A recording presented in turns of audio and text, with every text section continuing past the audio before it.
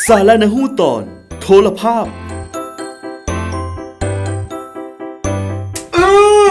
เสร็จบอกจี้เข้าไปยิง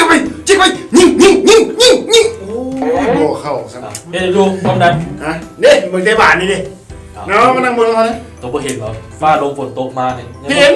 มันจะเกี่ยวยังกันก่อน เกี่ยวแท้อันตรายสุดๆเนี่ยนะอาจเกิดฟ้าพาลงมาได้เนี่ยนะดูเข้าใจป่ะเฉียวมดเฮ้ยเราคอยเบิ่งย้อนหลังก็ได้ มาสนับไป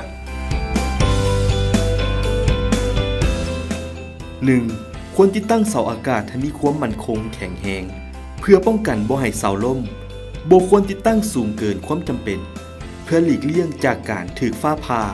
และห่างจากแล้วสายไฟฟ้าให้หลายที่สุด ควรกะระยะว่า เวลาเสาล่มจะต้องบ่ถูกกับตะข่ายไฟฟ้า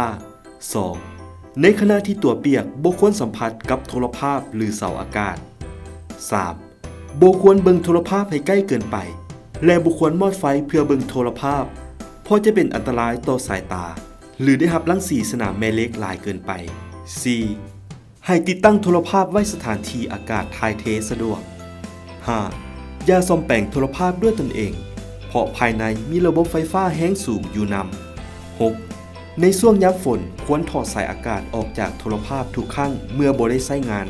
7. ควรมอดโทรภาพทุกครั้งเมื่อฝนตกฟ้าห้อง 8. ถ้าเสาเบิ่งแล้วควรถอดสายปลั๊กไฟออกบ่ควรเสียบปลั๊กไว้ทั้งเว้นทั้งคืน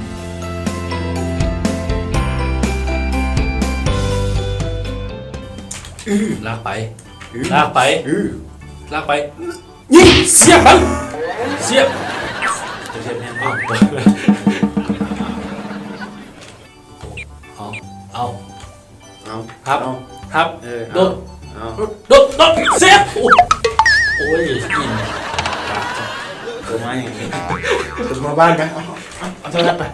มันมึงอยู่บ้านเถอะนะมาตัวเสียสักตัวมึงอยู่บ้านไปไปไปเดี๋ยวมึง น้ำกับพอได้ บอไปเดี๋ยวมึงมา